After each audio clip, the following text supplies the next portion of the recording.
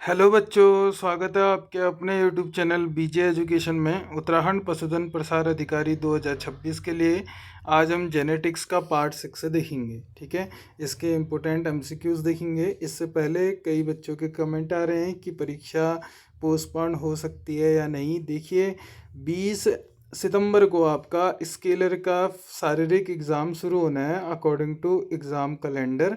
तो स्केलर में I think आपका 12th पास मांगा था और कुछ पोस्टों के लिए ग्रेजुएशन भी मांगा था, जिसमें साइंस वाले बच्चों ने भी अप्लाई किया होगा। तो मे बी इसी वजह से आपका पोस्टपोन हो सकता है, अगर पोस्टपोन हुआ, क्योंकि अभी तक ऑफिशियल कुछ आया नहीं है। और होने के लिए और एग्ज़ाम भी है आपके, जैसे लेक्चरर में है, लेकिन वो कॉमर्स वालों का है तो उससे कोई लेना देना नहीं है। और सेंट्रल में सिलेक्शन फेज का होना है। एसएससी कराती है इसका सिलेक्शन फेज़ 14 करके है एग्ज़ाम आपका, जो 16 सितंबर से 24 सितंबर को 24 या 26 सितंबर के बीच में आपका होना है वो एग्ज़ाम। ठीक है, लेकिन ज़्यादा कारण आपका यही बनता है कि अगर स्केलर का हुआ तो उस वजह से मे बी पोस्टपोन हो सकता है, लेकिन अभी उस पर ज़्यादा ध्यान नहीं देते हैं। यदि पोस्टपोन हुआ, ऑफिशियल कुछ आया अगर नोटिस, तो वो आपको टेलीग्राम में बता दिया जाएगा, वीडियो बना दी जाएगी।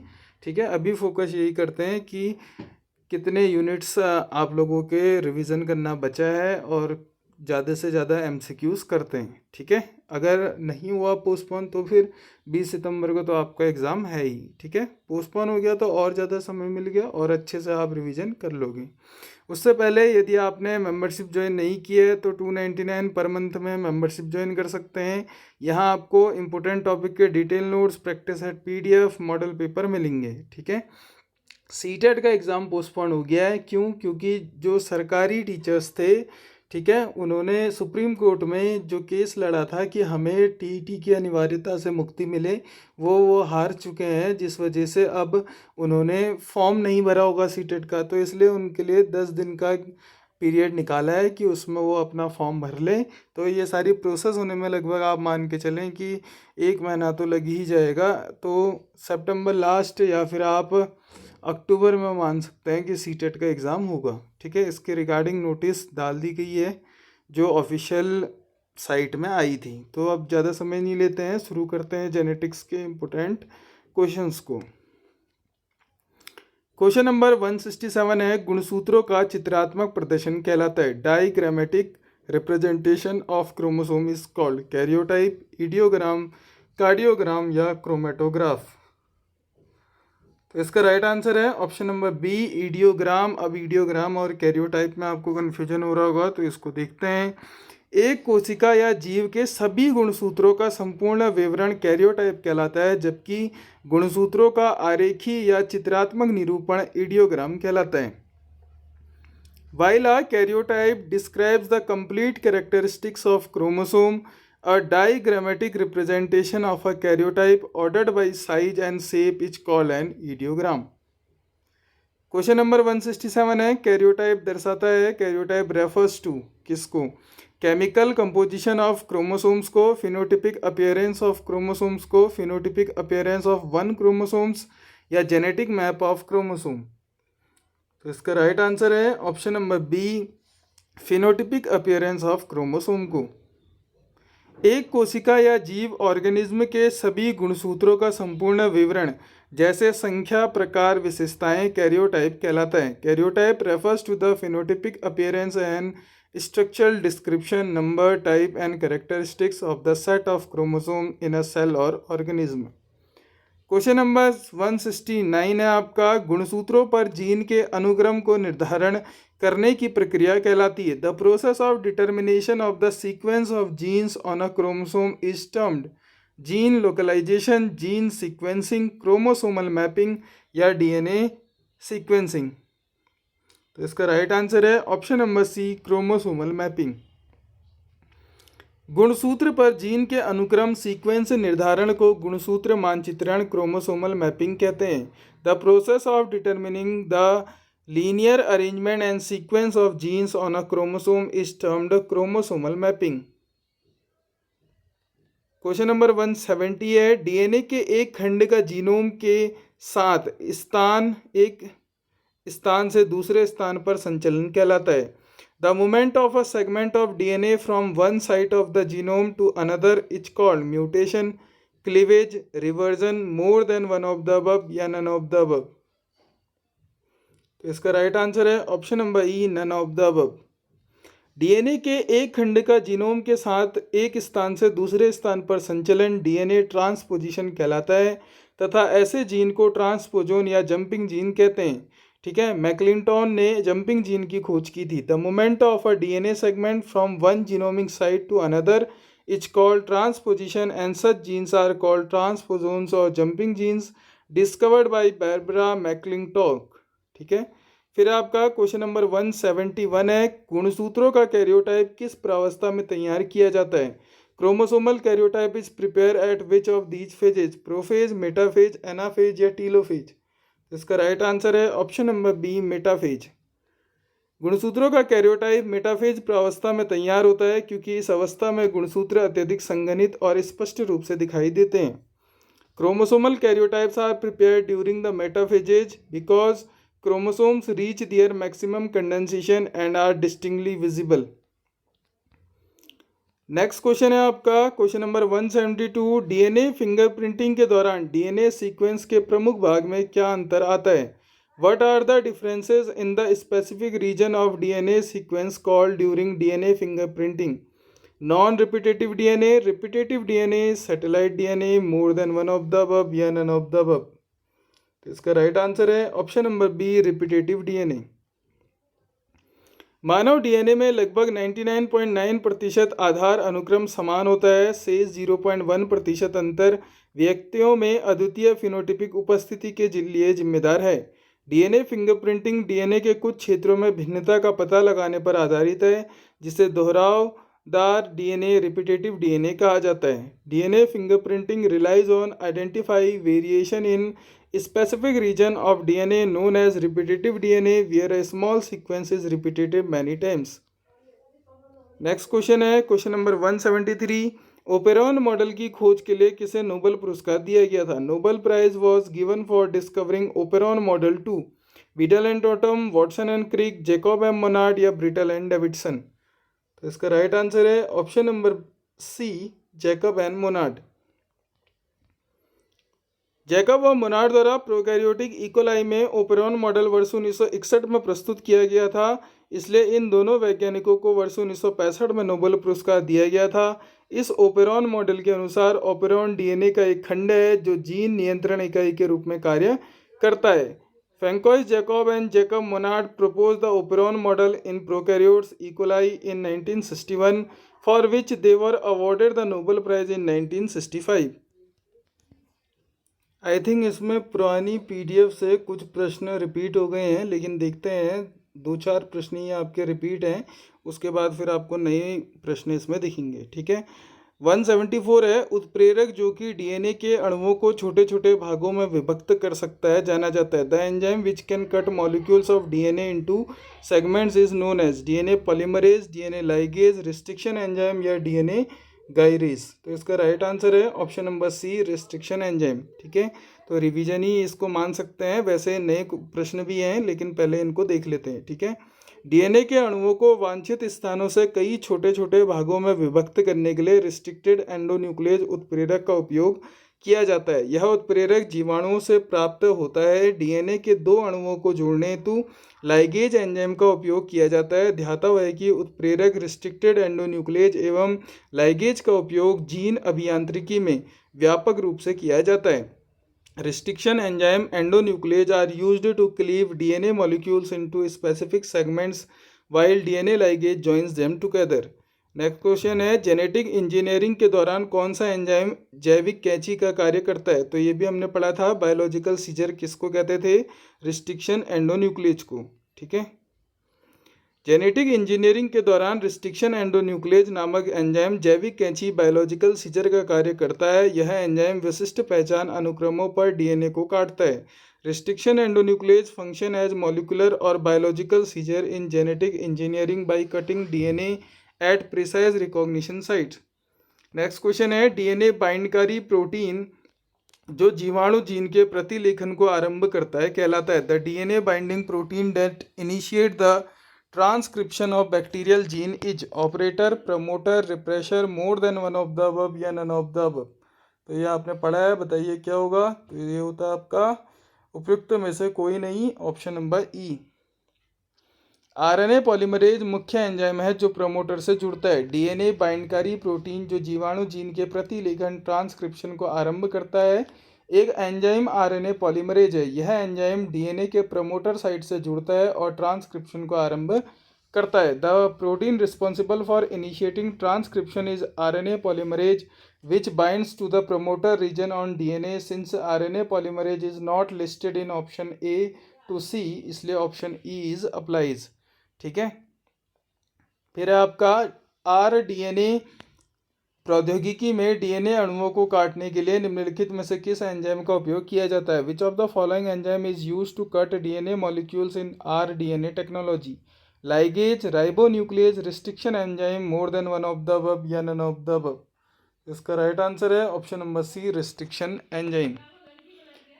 RDNA रिकॉम्बिनेंट डीएनए प्रौद्योगिकी में डीएनए अणुओं को विशिष्ट स्थलों पर काटने के लिए प्रतिबंधित एंजाइमों रिस्ट्रिक्शन एंजाइम का उपयोग किया जाता है। Restriction enzyme are precisely the tools utilize in RDNA technology to cleave DNA molecules at target sites. Molecular scissor क्या होते हैं? रिस्ट्रिक्शन एंडोन्यूक्लियोज को हम कहते हैं। ठीक है।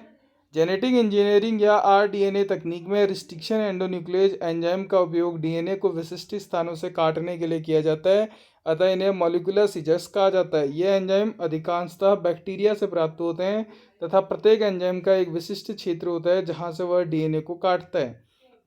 In genetic engineering and recombinant DNA technology, restriction endonuclease are used to cut DNA at specific recognition site, earning them the nickname molecular scissor. उसके बाद आपका डीएनए को काटने वाला एंजाइम कहलाते हैं। The enzyme that cuts DNA are called ligase, restriction endonuclease, polymerase या isomerase. तो क्या कहेंगे? Restriction endonuclease. ठीक है। यहाँ से होगा आपका पहला रिस्ट्रिक्शन एंडोन्यूक्लियेज एंजाइम था। First restriction endonuclease enzymes was Hind, second ECO R first, HAE third या BAM फर्स्ट। तो इसका राइट आंसर है option number A, Hind second. ठीक है। खोजा गया पहला restriction endonuclease enzyme Hind second था, जिसे हीमोफिलस इन्फ्लुएंजी नामक जीवाणुओं से प्राप्त किया गया था। यह इंपॉर्टेंट है। यह डीएनए को विशिष्ट स्थलों पर काटने में प्रयुक्त होता है। The first restriction endonuclease discovered was Hind second, isolated from the bacterium Haemophilus influenzae. उसके बाद आपका टैग पॉलीमरेज एंजाइम किसके द्वारा स्रावित होता है? वेरी इंपॉर्टेंट है, स्टार मार्क कर लीजिए। The Taq polymerase enzyme is obtained from Thermus aquaticus, Bacillus subtilis, Aspergillus flavus, more than one of the above या नन ऑफ द अबव। तो इसका राइट आंसर है option number A, Thermus aquaticus.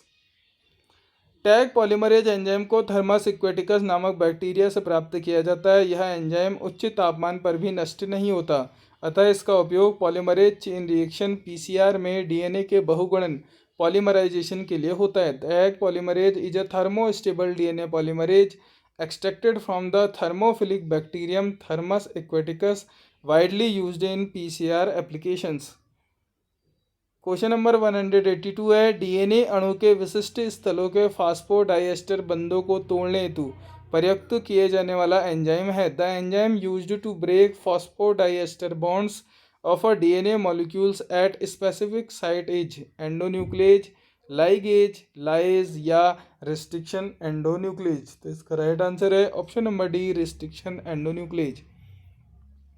Genetic engineering द्वारा DNA के विशिष्ट स्थल के phosphodiester बंधों को तोड़ने के लिए रिस्ट्रिक्शन एंडोन्यूक्लियेज एंजाइम का उपयोग किया जाता है। इस एंजाइम को सर्वप्रथम नॉर्थन्स एवं स्मिथ ने, किसने? नॉर्थन्स और स्मिथ, इंपोर्टेंट है, हीमोफिलिस इन्फ्लुएंजा नामक जीवाणु से प्राप्त किया था, जिसके लिए इन्हें नोबेल पुरस्कार 1978 दिया गया था। ठीक है। Restriction endonuclease break phosphodiester bond at specific nucleotide sequences within DNA strands. Question number 183 है, डीएनए या आरएनए सेगमेंट का जब रेडियो एक्टिव मॉलिक्यूल के साथ जोड़ा जाता है तब उसे डैश कहते हैं। डीएनए और RNA segment tagged with radio active molecule is called vector, probe, clone, more than one of the above या नन ऑफ द अबव। तो इसका राइट आंसर है आपका ऑप्शन नंबर बी, प्रोब। रेडियोधर्मी अणु रेडियो एक्टिव मॉलिक्यूल से चिन्हित एकल रज्जुकीय डीएनए या आरएनए खंड को प्रोब कहा जाता है, जिसका उपयोग जीन क्लोनिंग और हाइब्रिडाइजेशन में विशिष्ट न्यूक्लिक एसिड अनुक्रमों का पता लगाने के लिए किया जाता है। अ सिंगल स्टैंडर्ड डीएनए और RNA fragment tagged with a radioactive molecule is referred to as a DNA RNA probe used in molecular detection assays. फिर आपका क्वेश्चन नंबर 184 है, इंपॉर्टेंट क्वेश्चन है। डैश इन 1983 में insulin का उत्पादन करने के लिए पुनः संयोजक डीएनए तकनीक का उपयोग किया गया था। Dash in 1983 used recombinant DNA technology to produce insulin. किससे? एली लिली से, एमिली लिली से, एमी सेंगर से, more than one of the above या नन ऑफ द अबव। तो इसका राइट आंसर है option number A, Eli Lilly से। वर्ष 1983 में संयुक्त राज्य अमेरिका की एली लिली एंड कंपनी ने पुनः संयोजक डीएनए तकनीक का उपयोग करके पहला मानव इंसुलिन ह्यूमलिन विकसित किया था। यह पुनः संयोजक डीएनए तकनीक के क्षेत्र में एक ऐतिहासिक घटना थी। In 1983 an American company named Eli Lilly used recombinant DNA technology to produce human insulin, जिसको ह्यूमलिन कहते हैं, कॉमर्शियली। उसके बाद है क्वेश्चन नंबर 185। लैक ओपेरॉन में प्रेरक होता है। Inducer in lac operon is repressor molecule, lactose enzyme या नन ऑफ दीज। तो इसका राइट आंसर है ऑप्शन नंबर बी, लैक्टोज। ठीक है। जेकब तथा मोनार्ड ने बताया कि इकोलाई जीवाणु के डीएनए अणु में लगभग 4700 न्यूक्लियोटाइड जोड़ियों का बना एक ऐसा खंड होता है जिसमें जीन्स तथा गैर जीनी उपखंड होते हैं। यह खंड वातावरण में ग्लूकोज के स्थान पर लैक्टोज होने पर सक्रिय हो जाते हैं तथा जीवाणु को ऊर्जा के लिए लैक्टोज के उपयोग की क्षमता प्रदान करता है। जैकब तथा मोनार्ड ने इस खंड को लैक ओपेरॉन का नाम दिया, जिसमें लैक्टोस का एक प्रेरक इंड्यूसर के रूप में कार्य करता है। तो याद रखना है लैक ओपेरॉन यानी लैक्टोस। ठीक है। In the lac operon, lactose और its derivative allolactose act as the inducer that binds to the repressor protein, inactivating it and allowing transcription to proceed। Question number 186 है, जीन क्लोनिंग के दौरान gene taxi किसे कहते हैं? During gene cloning which is called gene taxi, vaccine, plasmid, bacteria, more than one of the above या none of the above.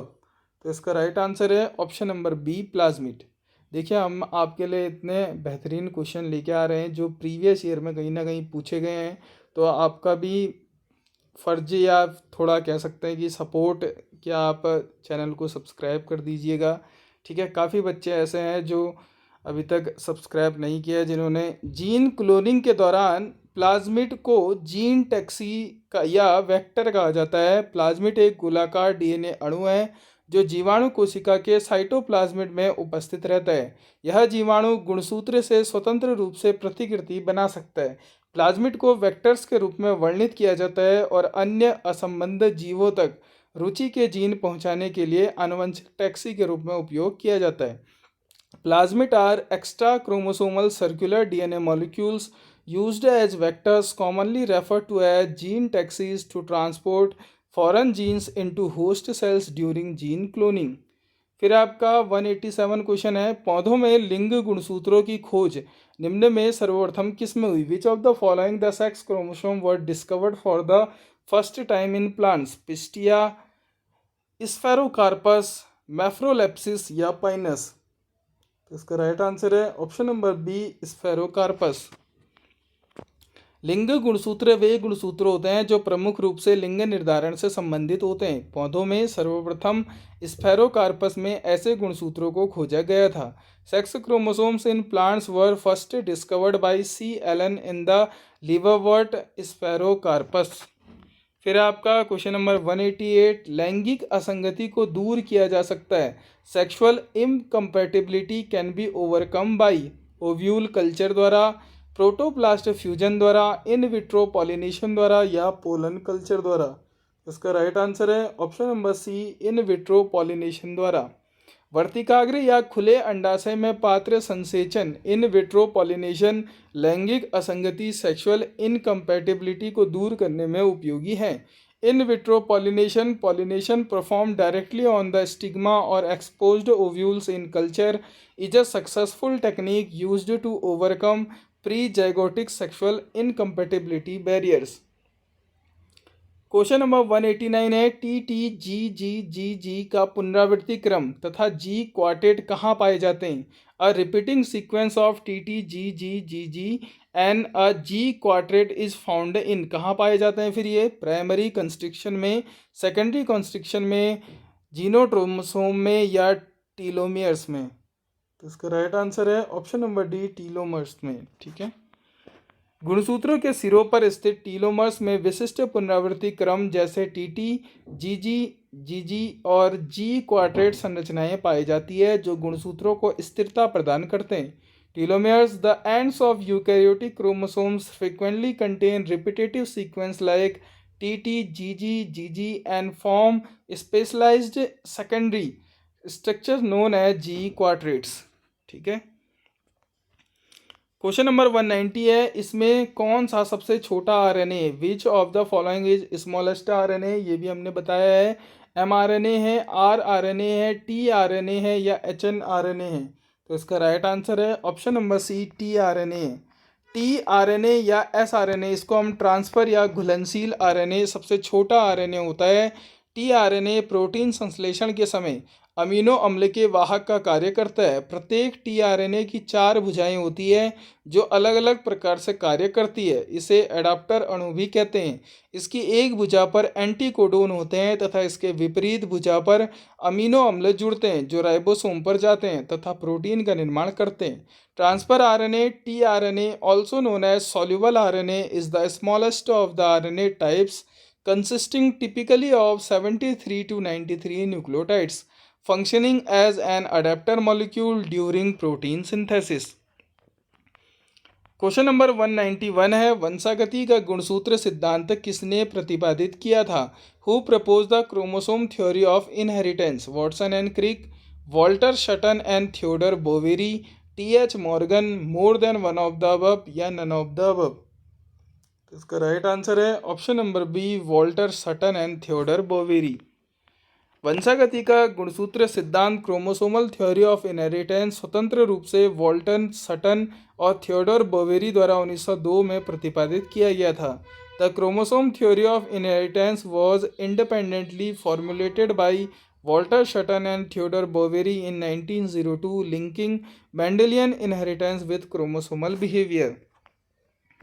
Question number 192 है, वंशागति का गुणसूत्र सिद्धांत किसने दिया? फिर क्रोमोसोम थ्योरी किसने दिया? तो अभी हमने देखा किसने दिया था, शटन और बोवेरी द्वारा दिया गया था। ठीक है, क्वेश्चन नंबर 193 ये आपका होमवर्क क्वेश्चन है। ठीक है, मैं आपको एक बार दिखा देता हूँ सारी चीज़ें। ठीक है, ये है आपका लिस्ट 2 भी आपके सामने दिखा देता हूँ। ये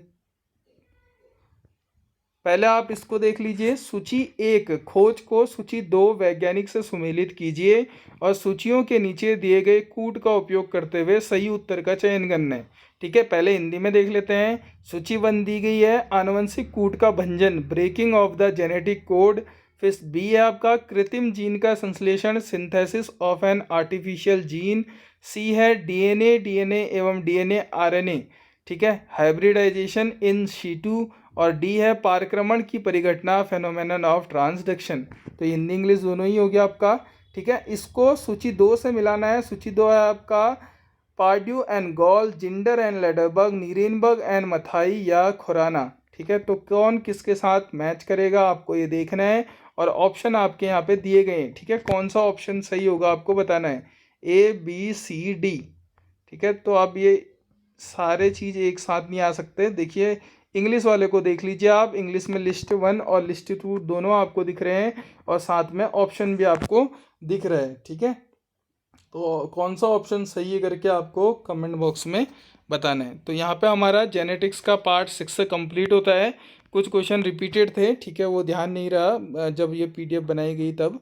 ठीक है, लेकिन ठीक ही है, एक बार के लिए आपका दोबारा से रिवीजन हो गया, क्योंकि पता है कितना आप दोबारा खोलते हो PDF करके। ठीक है, खोल लीजिए, लास्ट का समय है, एक बार अच्छे से जितने क्लासेस कराए गए हैं एक बार उनको डाउनलोड कर लीजिए, दोबारा पढ़ लीजिए, क्योंकि एक बार पढ़ने से चीज़ें याद नहीं रहती है। और यदि अभी तक मेंबरशिप ज्वाइन नहीं की है तो मेंबरशिप ज्वाइन कर लीजिए। वहाँ इम्पोर्टेंट आपके मॉडल पेपर चल रहे हैं, वहाँ आपको एग्ज़ाम का माहौल मिलता है कि कैसे मॉडल पेपर को आप हल करते हो और कैसे आप एग्ज़ाम में बैठोगे, कैसे उसको करोगे करके, ठीक है। और यदि चैनल में पहली बार आए हैं तो बीजे एजुकेशन के चैनल को सब्सक्राइब करना ना भूलें। देखिए मैं बीच में बहुत कम ही बोलता हूँ कि सब्सक्राइब कर दीजिए ये सो, या तो स्टार्टिंग में आपसे बोला या फिर लास्ट में ही बोलता हूँ, ताकि बीच में ज़्यादा डिस्टरबेंस ना हो, क्वेश्चंस आप तक सही से पहुँचे और जो आपके एग्ज़ाम ओरिएंटेड क्वेश्चंस हैं वही पहुँचे। जैसे जेनेटिक्स आप देख सकते हैं, इतना इम्पोर्टेंट टॉपिक है इसलिए इसके इतने पार्ट्स आ रहे हैं। जैसे ही इसके इम्पोर्टेंट क्वेश्चंस कंप्लीट होते हैं फिर नेक्स्ट टॉपिक आई थिंक हमारा इकोलॉजी बचा है, तो इकोलॉजी को करेंगे, ठीक है। और यदि आप अभी तक टेलीग्राम चैनल पे नहीं जुड़े हैं तो वीडियो के डिस्क्रिप्शन में टेलीग्राम चैनल की लिंक है, वहाँ से आप जुड़ सकते हैं, PDF को डाउनलोड करके वहाँ से आप पढ़ सकते हैं, ठीक है। तो मिलते हैं फिर नेक्स्ट वीडियो में नए मटेरियल के साथ, तब तक के लिए अपना ध्यान रखें और रिवीजन करते रहिए।